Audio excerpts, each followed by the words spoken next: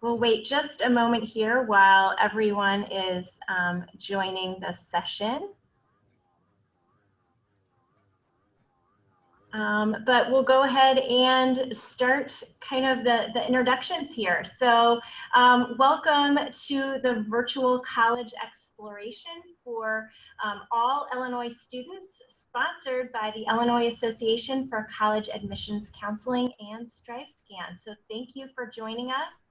Before we get started, just a few housekeeping announcements. You can use the Q&A button on your screen to type your questions to our presenters today. You can do that at any time. Your camera and microphone are off, so panelists cannot see or hear you. This is just one of many different sessions happening. So be sure to check out the full schedule at IACAC.org, and this presentation is being recorded, so and it will be available for about a week, so that you can find that on the same website, IACAC.org. So now I'd like to turn it over to our presenters and enjoy. Thank you.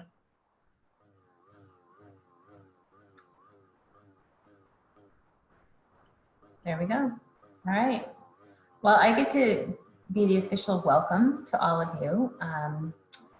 My name is Karen Smith. I currently work at Beloit College in Beloit, Wisconsin. And before we get started with our presentation, I first feel that it's appropriate to recognize that all of us would much rather be in a real room with all of you giving this presentation. But unfortunately, our world is gone a little wonky these days. And so I want to recognize that life is still a little tough right now for all of us. There's a lot going on. The whole West Coast is on fire. We have a hurricane happening in the South. We have massive racial unrest. We have an election coming up. And oh, that thing called the pandemic. So there's a lot, and we really appreciate you taking time to spend with us on an evening when we will try to put some of your angst and stress and about the college admission process aside, and also hope that you will leave awfully excited about this process, because the three of us live it every day and love it every day. So as I mentioned, my name is Karen Smith, and I work for Beloit College. And while I will talk with you a little bit about Beloit later in the presentation, I actually have the great pleasure this evening of representing all small colleges in the country. And so I will be talking about the small school kind of atmosphere and educational system and some of our characteristics. Great, Karen, thanks for that. My name is Derek Brinkley. I am the Assistant Vice President of Undergraduate Admissions at Columbia College Chicago. So we're located in Chicago, Illinois. Again, I will share a little bit more about my institution specifically, but I am really here kind of representing more of a medium-sized institution. So we'll talk a little bit about the perks of attending a medium-sized institution as you are moving through the process. And my name is Sarah Goldman, and I'm here with the University of Oregon. I am based in Illinois, so hello from the western suburbs. But again, I will be talking a little bit about the University of Oregon and a lot about larger institutions and research institutions in particular. So we are absolutely thrilled that you are joining us for this presentation. And with that, we're going to go through what we're going to be talking about for the next about 40 minutes. First up on the agenda, we're going to go through who are you and some guiding questions to think about as you are considering different sized institutions, but also really finding the right fit institution for you. We're going to define what does small, medium, and large even mean. We talk about it a lot, we throw it out there a lot, but what does that even mean? Then we're going to have you meet all of our individual institutions and talk a little bit about small, medium art schools, large schools, research universities, And then we're going to go through what you can do right now in your college search, wherever you are in the process. And then we're going to open it up for a little bit more of a formal Q&A, but at any time you can feel free to throw questions in that Q&A section, and we're going to do our best to answer throughout the presentation and then really focus on that for the last 10-ish minutes or so.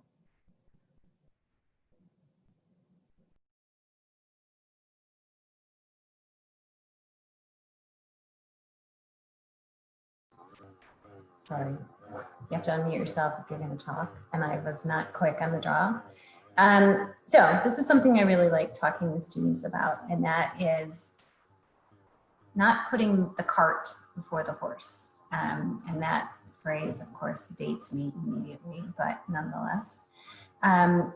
When students talk to us about fit and big, medium, small, far, close, residential, non-residential, in many ways, I think you've skipped a step, and probably the single most important step that any student needs to take in order to happily get to a right fit college. And that is, you have to figure out who you are. And in our culture, in particular, we don't spend any time doing that, right? We simply don't. First of all, our days are crazy. Secondly, the notion of reflection and talking about what you love and what you're good at and what you need and what you want is too often labeled as selfish, right? And we're not selfish. I'm not a selfish person. I would tell you, in this process, you need to be a selfish person. You are going to college. No one else you know is. Well, many people are, but they're not you. And so if you don't sit down and have a few big, long thinks with yourself along the way, getting to the end is going to be far more difficult. And so this is something you can do right now. And Sarah's going to talk about this later, but I get to talk about it first. You need to think about things that what do you love, right? What are things that, if you were going to be on an island and you only had to have got to have 5 things, what would they be and why? What are your college non-negotiables? And most students have them. Some families have them. I get to encourage you to be selfish and think about what your non-negotiables are. And non-negotiables might be, there's no way I can go to school in another time zone. That's too uncomfortable to me. I must have snow, right? I must not have snow.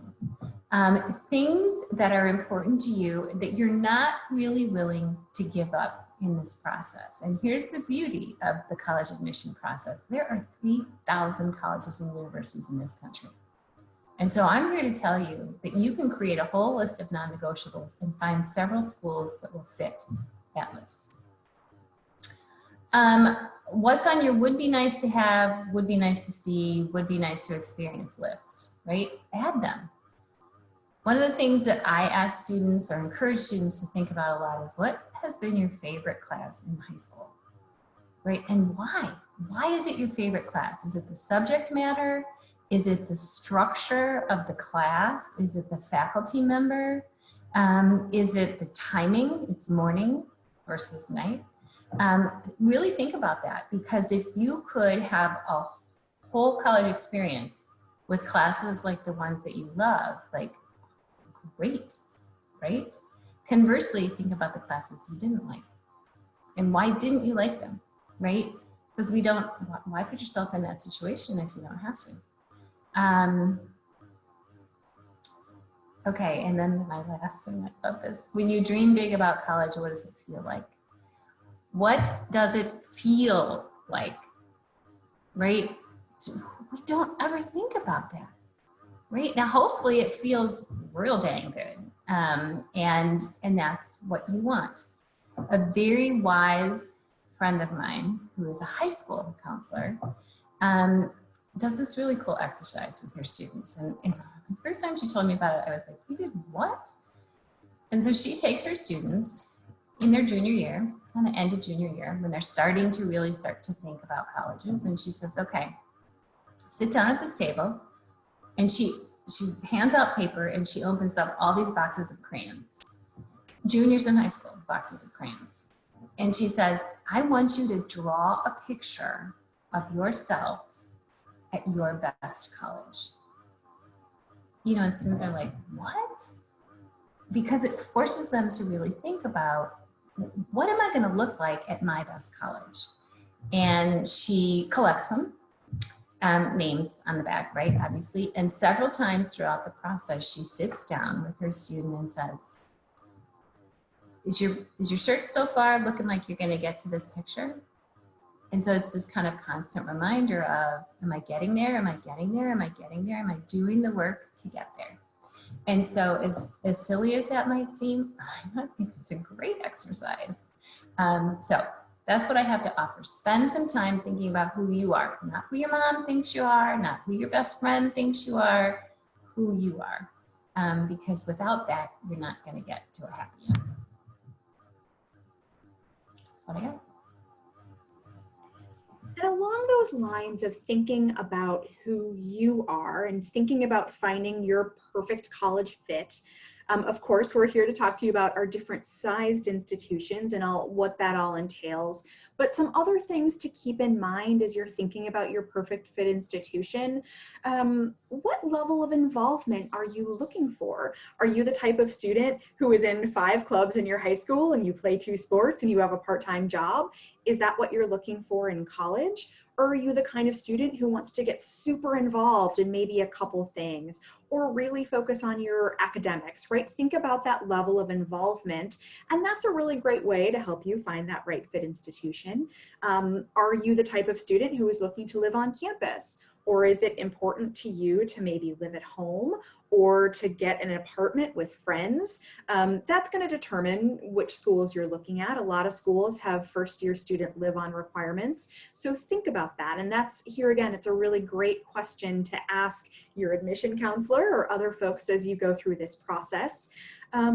Also thinking about what that campus is like, what that local community atmosphere feels like.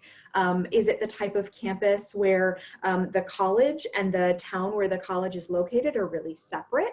Or is there that great relationship if that's something that's important to you? Are you looking for a school with a religious affiliation? Or are you looking for the farthest thing from that? And then thinking about the demographics of the college. Is it important to you that you look around the room and folks look like you, folks look different from you? There's a really nice mix of that.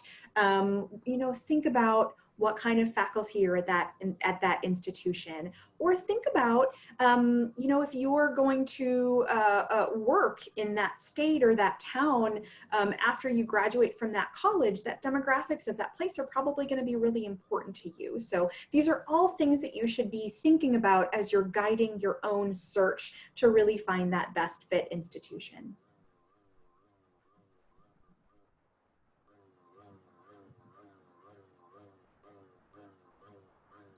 Here we go.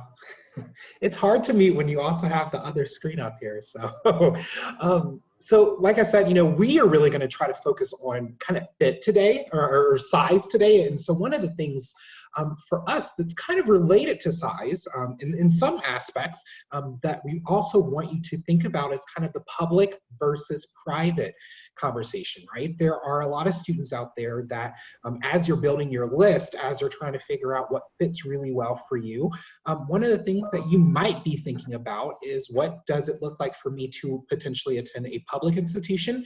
And what does it look like for me if I'm going to potentially attend a private institution, right?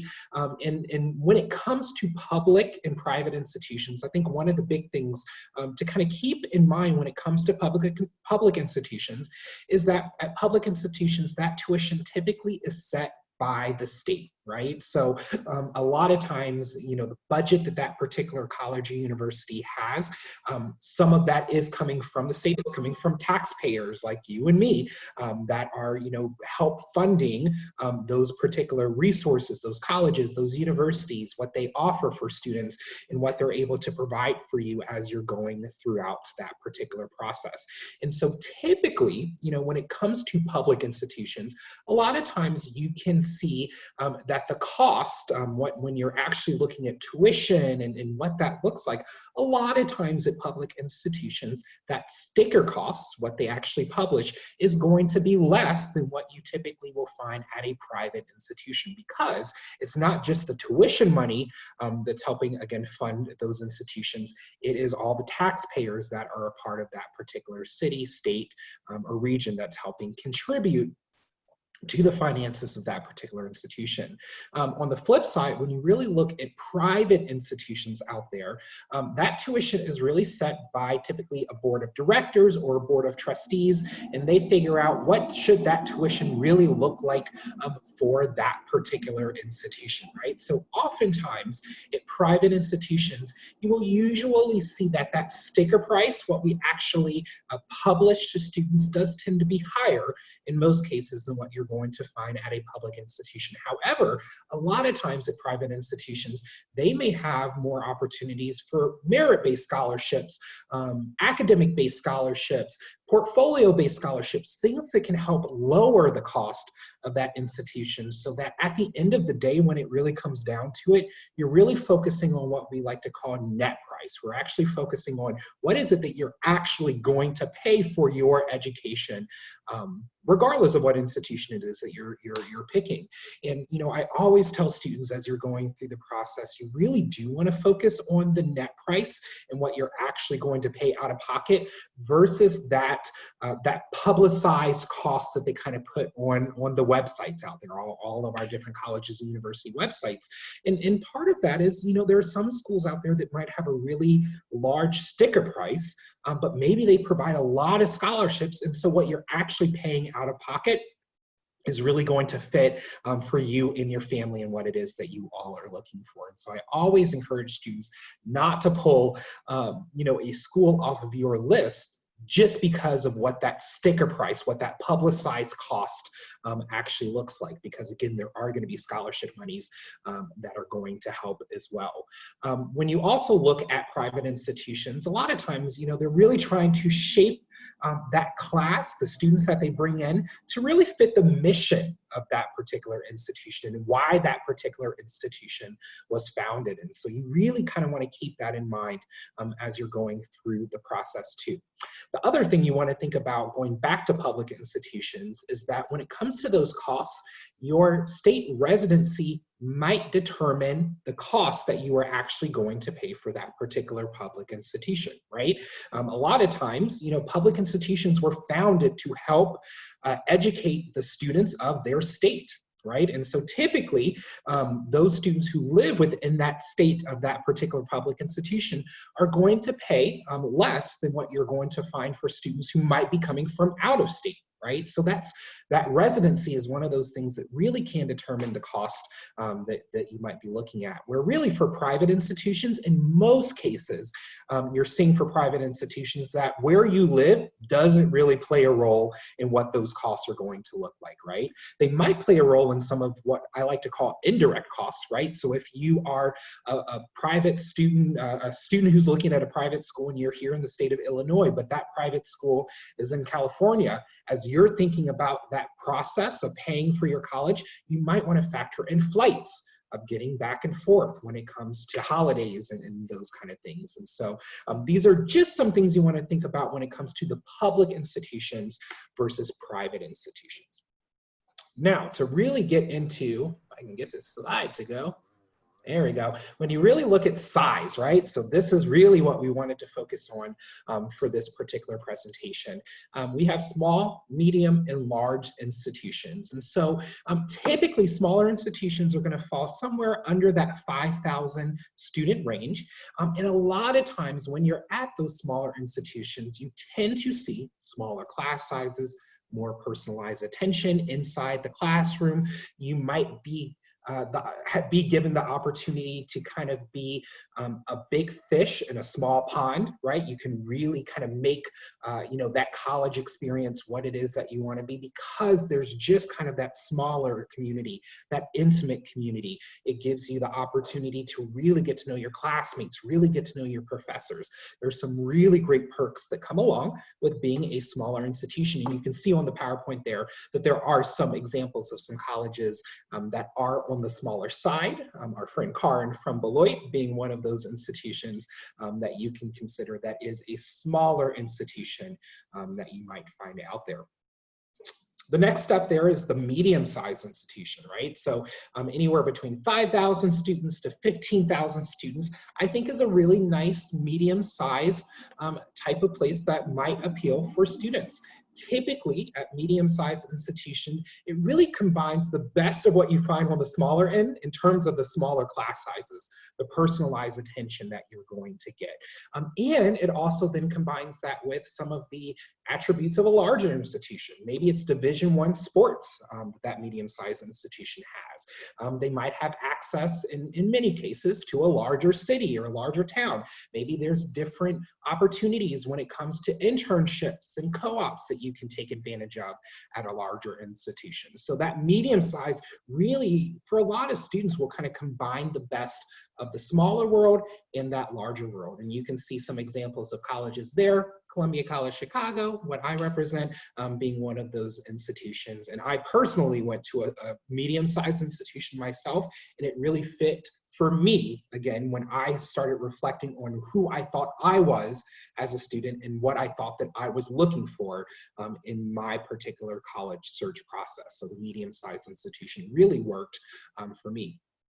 On the other end of the spectrum from the small institutions are your larger institutions, 15,000 students or more at those institutions. And typically when you find larger institutions, again, access to internships, the co-ops, the larger sport opportunities that a lot of those institutions tend to have, the connections that those institutions tend to have with their city or with their town in terms of allowing students to kind of get involved in that way.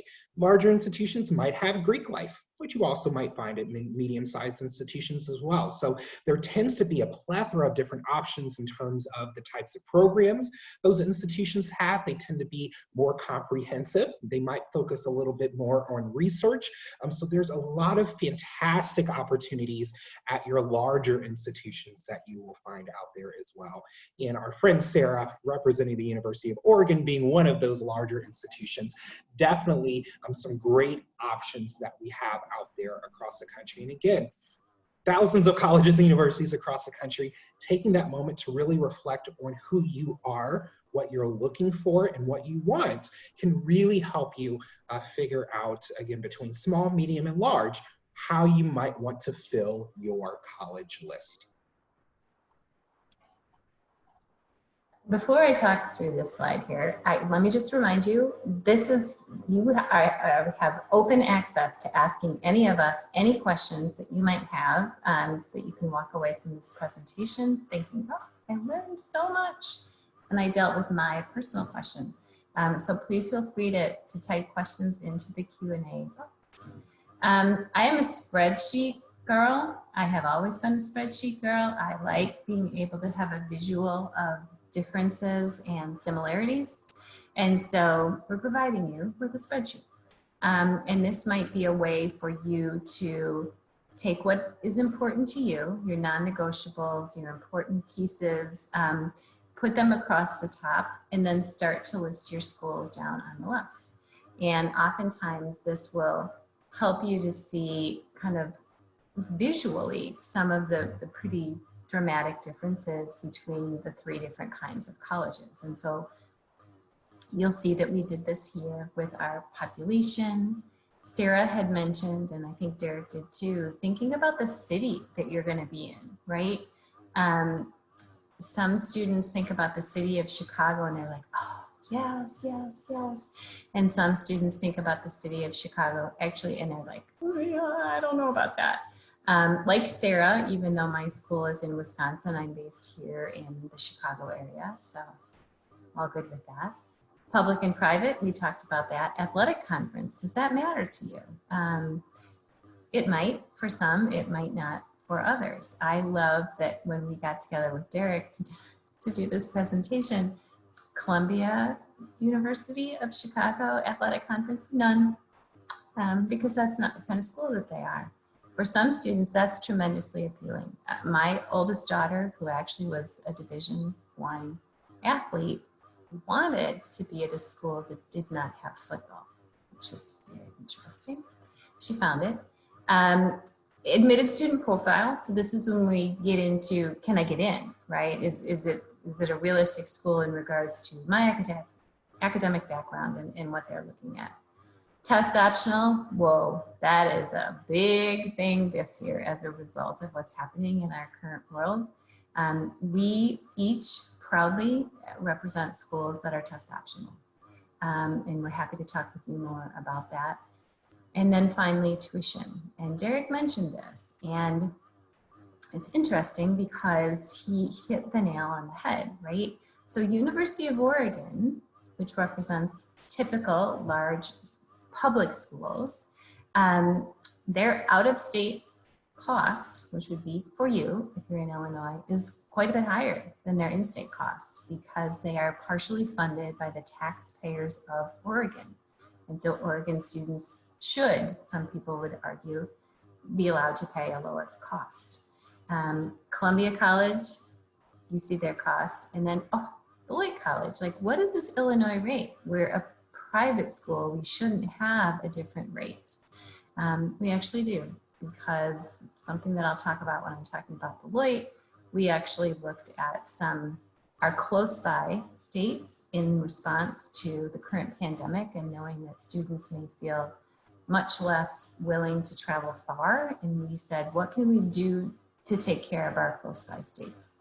And so for 6 states that we border, we have said we will match the cost of that particular state's flagship institution. And so the rate that you see right there, our tuition rate, is the same in-state rate if you were to go to the University of Illinois and are an Illinois student. Okay, next. And now I get to talk about my school, which is very exciting. But again, I'm representing all of the small schools in the country. We are small, and actually there was a mistake on the earlier slide. We're not 1,500, we're 1,150, that's my fault. But we do not represent necessarily where we are located because our students come from 43 of the 50 states, from 40 plus countries, and 50% of our students are from further than 500 miles away. So although we are in a smaller town in Wisconsin, right on the Illinois-Wisconsin border actually, our student body does not represent that location. We're the oldest continuing running college in Wisconsin. We're part of a group of schools referred to as the colleges that change lives. And we are very proudly Wisconsin's most diverse college. So those are some things that you should and can look for in all colleges, right? And so that's just a little bit about Beloit. Next slide, please.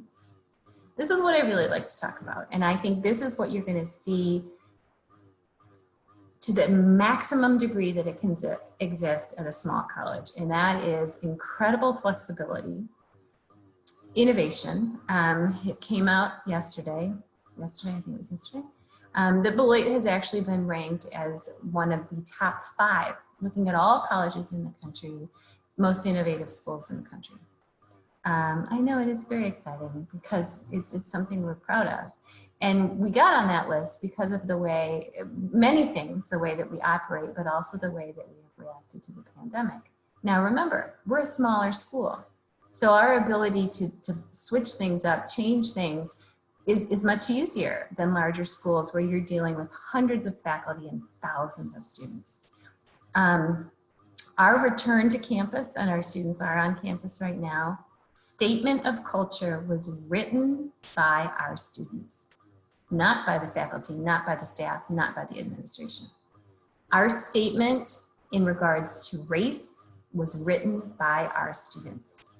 And so the opportunity for our students to really have a huge stake in the ownership and the movement of our college is dramatic. And those are the kind of things that can happen at small schools. Our students are back. They are on campus.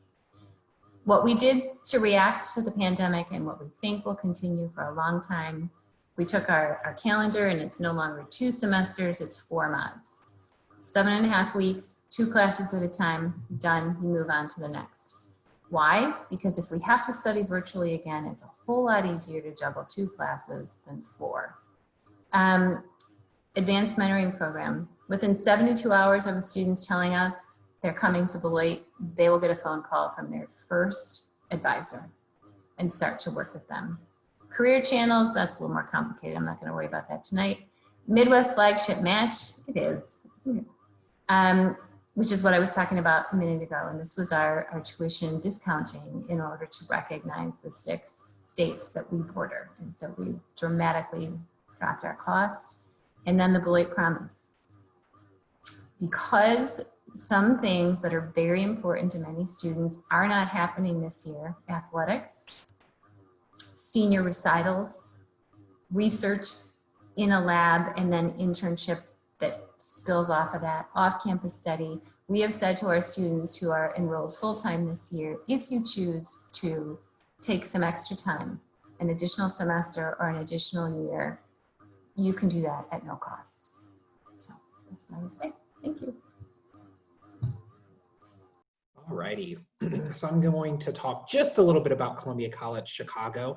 Again, while I'm here representing medium schools in general, there really is such diversity within each of these categories, and I think that's something just to keep in mind as you go through your college search process in general. But Columbia College Chicago, we are located in downtown Chicago in a neighborhood called the South Loop neighborhood, which is really known as the arts and educational corridor of the city of Chicago. So when you think about our location, you know, we don't have a traditional college campus in the same way that you might be expecting at other colleges and universities that you're looking at. And that makes us really unique. You know, we don't have the same kind of, you know, campus quad, if you will, though, you know, I'd argue that Grant Park, which for those of you who may be music lovers, if you have ever been to Lollapalooza or heard of Lollapalooza, that occurs in Grant Park, which is right in front of my building that I work in downtown. And so, you know, it's a really interesting, really cool, very vibrant campus community that I'm a part of. We are also an art school, if you will. So, you know, we're a college for creatives, as we like to say at Columbia, and we focus on the media arts, digital arts, visual arts, performing arts, writing and communication, business and management, music and sound. We really focus on those creative industries, you know, so filmmaking, video game design, music business, you know, these are examples of some of the types of programs that we offer. And again, at medium-sized institutions, you're going to see a nice wide variety of different types of programs that we do tend to offer at our institutions. So over 60 different degree programs for us at Columbia College Chicago. Like I said, medium size, so 7,000. So for me, it's small enough. Our average class size is about 18. We keep it small in the classroom for all of our core classes that students have to take at Columbia. The largest one that we offer is a class that all first-year students have to take, and that one is going to be upwards of about 100 students in that particular class. But if you look at every single other class that you're going to take at Columbia College Chicago, they top out at 30 to 35 students, right? So we really have some of those aspects of what you find at a smaller institution. And then for us, you know, a larger institution, we have really the connection with the city. And I think that's really what makes us unique in terms of the internship opportunities that students have. You know, we have our own record label on campus that students have an opportunity to work on. We have our own radio station. We have a TV station. So we have these kind of things that you may find at larger institutions, but because of our size, being medium size, we really have those opportunities for students at our particular institution. Over 60 different different countries represented at Columbia. All 50 states are represented as well. And then about a third of our students do identify as members of the LGBTQ plus community. And, you know, when you really think about Columbia College Chicago in terms of what really, I think, makes us unique and what makes us a good fit for a lot of students, a lot of the students that look at Columbia College Chicago, they want to really, you know, kind of be the authors of the culture of the times in which that we are in. We want to be at the forefront. We want to be there reporting the news. We want to be there videotaping the news, you know, taking photographs of what's going on out in the city. We want to be those folks who are on stage. We want to be the people that are behind the scenes producing a TV show or a movie. You know, we really have just kind of this really interesting, cool, vibrant student body. 42% of our students identify as students of color. And for me, as a Black man, as a queer Black man particularly, it was really important for me when I was looking at colleges to look for a place where I felt like I was going to be able to show up authentically as my full self, right? And I picked a medium-sized institution in Cincinnati, Ohio, that worked really well for me, that allowed me to grow into myself and really, you know, take that opportunity to build the kind of environment that I really wanted to see at the institution. And so, you know, when you look at these medium-sized schools that are out there, again, we're all going to have such wide varieties of different things that we offer, programs that we provide.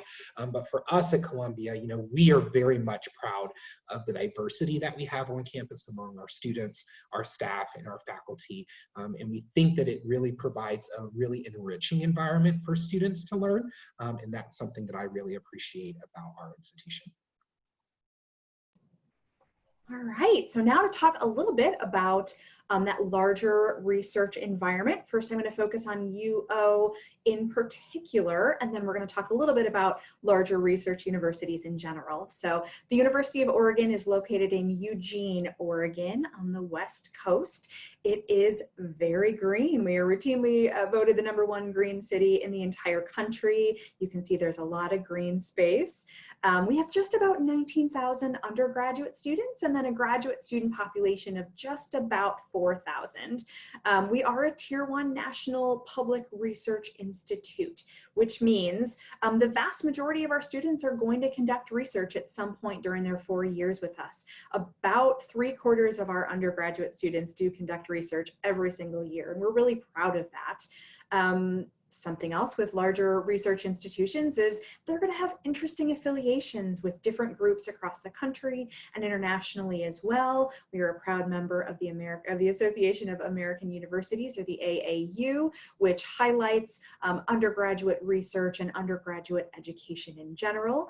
And then at the University of Oregon, you're going to find over 300 different degree programs and certificate programs. So as Derek mentioned earlier, that diversity in things to study, in things to participate in, you know, the opportunity to sample a lot of different things you're going to find at larger institutions. And also, as Derek mentioned, we are a member of the NCAA Division I Pac-12. So if you are interested in going to those larger athletic events, a big school or a larger public university might be a good fit for you.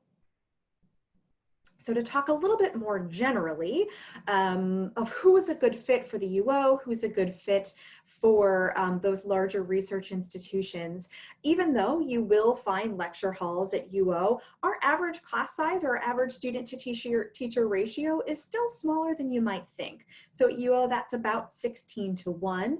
As I mentioned before, the vast majority of our students are actively engaged in research every year.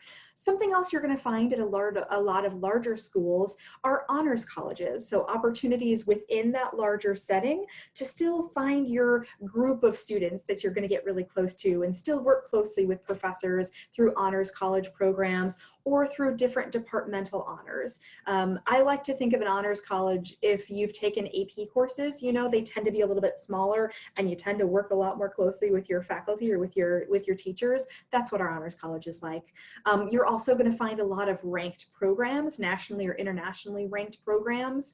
And then study abroad is increasingly becoming popular all over the country. So particularly at UO, about a quarter of our students will study abroad every year.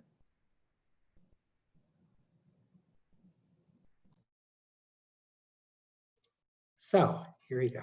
So in terms of what you can really do right now in your college search process at this point in time, virtual visits, right? Because of what Karin really talked about a little bit earlier in terms of what we're going through right now, I think as a nation and as a world.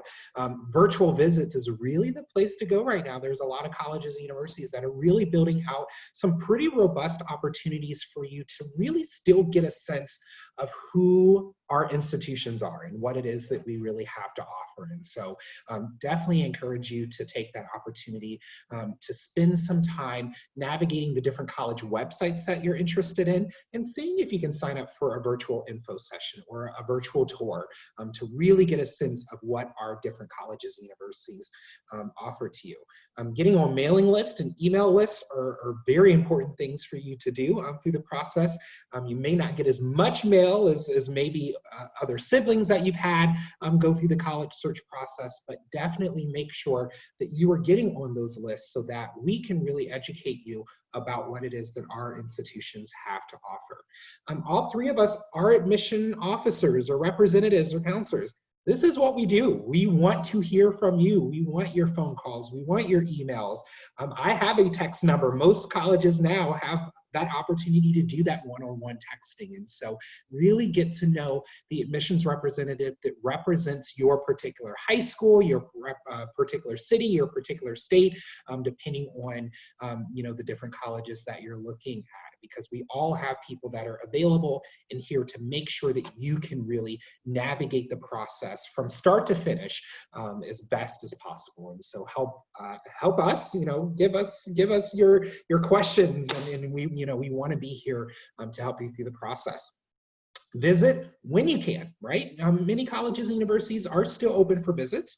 Some colleges and universities may continue to open for visits over the course of the next year or so. And so take that opportunity, if you have it available to you, to visit some of the different campuses that you're interested in. Think about, all of you should be Illinois students. Think about where you are within the state of Illinois, and maybe you have an opportunity to explore and think about here in the Chicagoland area alone. There are small institutions, medium institutions, large institutions here in Chicago. Get a sense of our websites and what's going on, and that might help you narrow down, man, I really think that a medium-sized institution might be the place for me, or you know what, I really don't want to get lost in the shuffling, so maybe I really want to focus on some of the smaller institutions. Take the time to really get a sense of the different types of institutions that are around. Social media is a great way to check out what's going on the institutions that you're looking at as well, along with connecting with your peers who are currently in college, right? You can get a sense from the students who aren't being paid to talk good things about the colleges you're looking at. Focus on those students. When campuses were really, really open, I always encourage students, go and just sit in the student center. If you have the opportunity after your formal tour, maybe walk up to a group of students and get a sense of how they like their time at that particular place. So connecting with some of your peers, older siblings, cousins, whoever that might be who are enrolled in college can really help you. And again, tell us what it is that you need. We are here to help you navigate the process.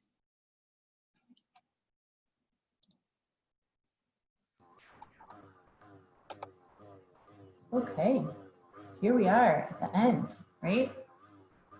We do have a couple minutes for some questions.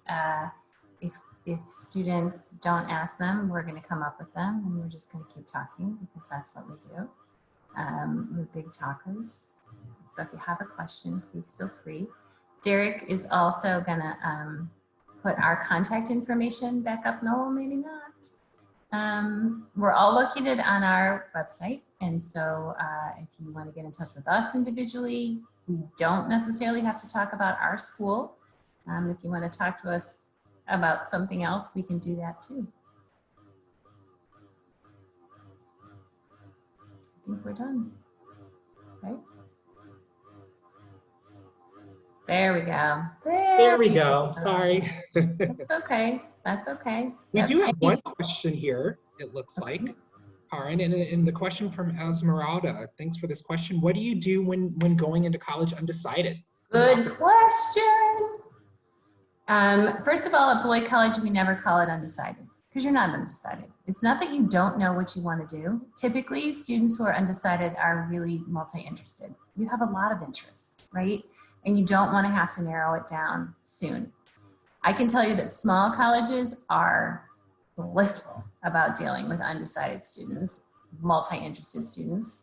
The majority of students coming to Beloit College every year are multi-interested. You do not have to apply to a particular program. You have until the end of your sophomore year to make a final decision. Many of our students double major or major and minor. I would tell you, don't get all crazy about being multi-interested versus knowing exactly what it is that you think you want to do for the rest of your life forever. Would you agree, Sarah and Derek? I would absolutely agree. I think that, you know, I went in undecided, undeclared at my institution, and I switched majors 2 or 3 times, and, you know, was fortunate to still graduate within 4 years. So go in and take some time to explore. At most institutions, you should have, you know, some time for at least your first semester or your first year to spend a little bit of time exploring different majors, different programs, and getting a sense of what is going to fit well for you. Oh. Great. Well, we are, it's Susan again, and we are at our 45-minute mark. In case you are going on to some other sessions, we'll be respectful of your time. So thank you for joining us. When you close this window, there's going to be a link to a really quick survey that it would be great if you could take. And I'd also encourage you to sign up for additional sessions. So there are lots of different ones, like I mentioned before, that you can sign up for at IACAC.org. And also just a reminder that this will be recorded so that you can go back and look. So thank you everyone for joining us today.